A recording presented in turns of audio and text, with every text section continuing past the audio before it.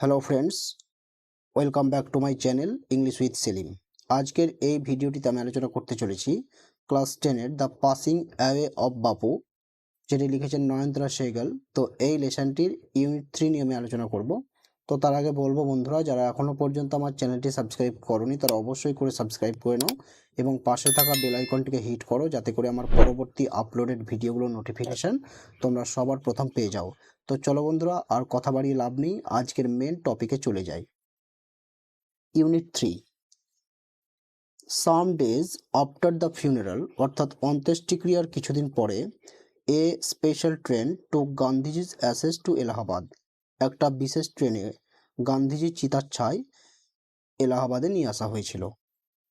The compartment was decked with flowers, সেই কামরাটিকে ফুল দিয়ে সাজানো হয়েছিল। People on the train sang bhajans, ট্রেনের ওপর যে সমস্ত লোকজনরা ছিলেন তারা ভজন গান গাইছিলেন।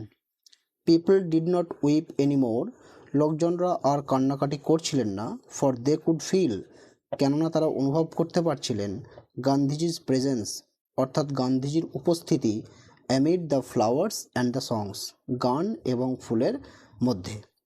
At every station sorrowful crowds filled the platform, এখানে বলা হচ্ছে অ্যাট এভরি স্টেশন, অর্থাৎ প্রত্যেকটা স্টেশনে, সরোফুল ক্রাউডস অর্থাৎ দুঃখজনক ভিড়, ফিল্ড দ্য প্ল্যাটফর্ম অর্থাৎ প্ল্যাটফর্মকে পরিপূর্ণ করে দিয়েছিল।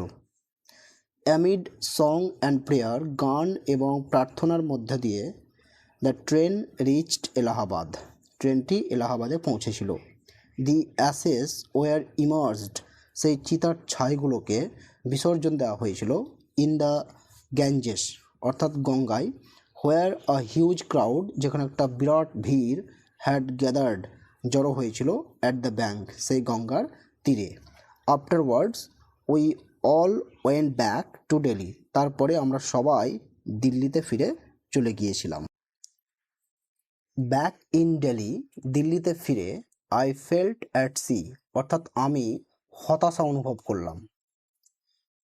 I had not directly walked with Gandhiji, আমি গান্ধীজির সঙ্গে সরাসরি হাঁটিনি।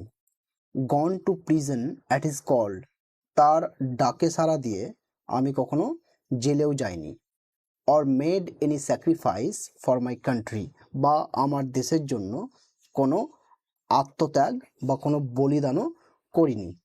মাই সিস্টার্স, আমার বোনেরা, অ্যান্ড আই, এবং আমি, and other young people like me, এবং আমার মতো অন্যান্য যুবক মানুষরা, হ্যাড বিন মিয়ারলি অনলুকার্স, তারা কি ছিলেন না, কেবলমাত্র মিয়ারলি অনলুকার্স অর্থাৎ কেবলমাত্র দর্শক ছিলেন। But still I felt at sea, কিন্তু তবুও আমি যেন হতাশা অনুভব করলাম। আই ফেল্ট, আমি অনুভব করলাম, আই হ্যাড গ্রোন আপ, যে আমি যেন বড় হয়েছিলাম। উইদিন আ ম্যাজিক সার্কেল, একটা জাদুবৃত্তের মাধ্যমে।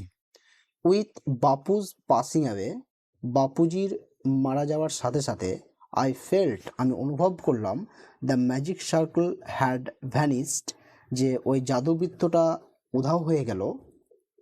লিভিং মি আনপ্রোটেক্টেড, অর্থাৎ আমাকে অসুরক্ষিত রেখে।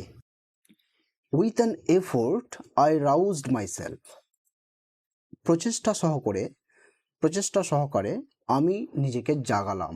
আই আস্কড মাইসেলফ, আমি নিজেকে জিজ্ঞেস করলাম, had Bapu lived and died for nothing, তাহলে বাপুজি কি বাঁচলেন এবং মারা গেলেন কোনো কিছুর জন্যই নয়?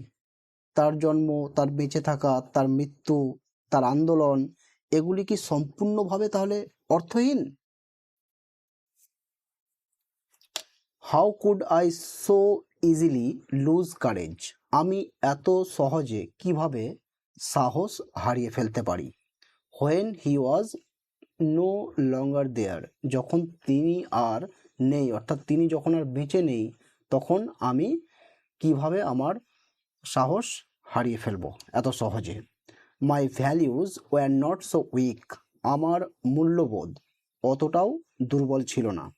Millions of people, lakh lakh মানুষ, would have been ordinary folk, সাধারণ জনগণ হয়ে থাকতেন, বাট ফর বাপু, বাপুজি ছাড়া।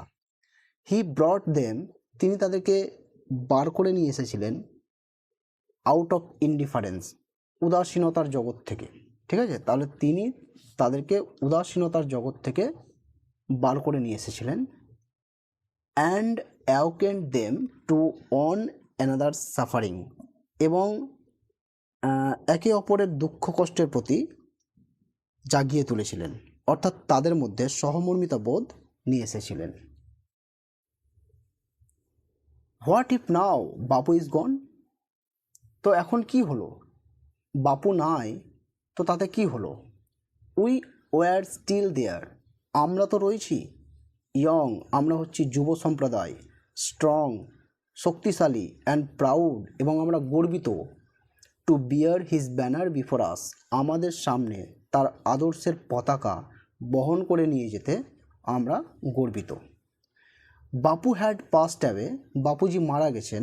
But his India would continue to live in his children, কিন্তু তার ভারত তার সন্তানদের মধ্যে, অর্থাৎ তার বাচ্চাদের মধ্যে, অর্থাৎ ভারতবাসীদের মধ্যে তার ইন্ডিয়া কিন্তু, অর্থাৎ তার ভারত কিন্তু আজীবন বা সারা জীবন কিন্তু বেঁচে থাকবে।